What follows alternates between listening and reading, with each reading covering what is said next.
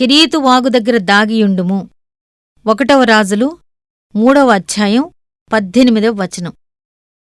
దాగియున్న జీవితంలోని శ్రేష్ఠత గురించి దైవ సేవకులకు చెప్పవలసిన అవసరం ఎంతైనా ఉంది.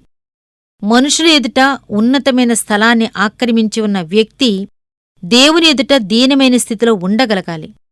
నా కుమారుడా, ఈ హడావుడి, ఈ కీర్తి, ఉత్సాహాలు ప్రస్తుతానికి చాలు. నీవు వెళ్లి వాగు దగ్గర దాగి ఉండు. ఎడబాటు అనే కెరీతు వాగు దగ్గర, లేక ఎక్కడో మనుష్య సంచారం లేని ఏకాంతంలో కొంతకాలం గడుపు అని మన తండ్రి సెలవిస్తే ఆశ్చర్యపడనవసరం లేదు. నీ చిత్తమే నాకు శిరోధార్యం. నీలోనే నిన్ను దాగి ఉంటాను. నీ సన్నిధి గుడారంలో నన్ను దాచిపెట్టు. నీ రెక్కల చాటున నాకు ఆశ్రయం కల్పించు అని జవాబివ్వగలిగిన వాళ్ళు ధన్యులు. మనుష్యుల మధ్య గొప్ప విజయాలు సాధించిన పరిశుద్ధులంతా ఏదో ఒక కిరీతు దగ్గర దాక్కున్నవాళ్లే. మనం మనుష్యుల నుండి, మన స్వంత ఆశల నుండి దూరంగా తొలగిపోయి ఒక మూలను దాక్కొనకపోతే ఆత్మ శక్తిని పొందటం అసాధ్యం. నిత్యదేవుని ప్రభావాన్ని నింపుకోవటం అసాధ్యం.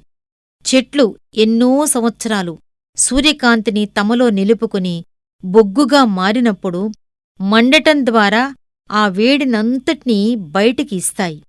ఇలాగే క్రైస్తవులూ ఉండాలి. బిషప్ ఆండ్రూస్ గారికి ఒక కెరీతు ఉంది.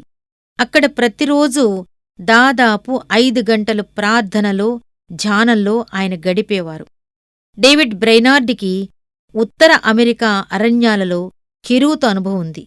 క్రిస్మస్ ఇవాన్స్ అనే భక్తుడికి వేల్స్ ప్రాంతంలోని కొండలలో ఈ అనుభవం ఉంది.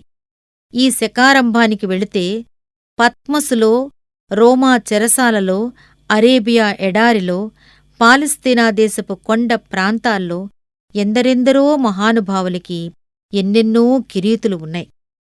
మన ప్రభువు నజరేతులో తన కిరీతును కనుగొన్నాడు. యూదయా అరణ్య ప్రాంతాల్లో, బేతనీ ఒలీవ తోటల్లో, గదరా అరణ్యాల్లో ఆయన ఒంటరిగా ఉన్నాడు.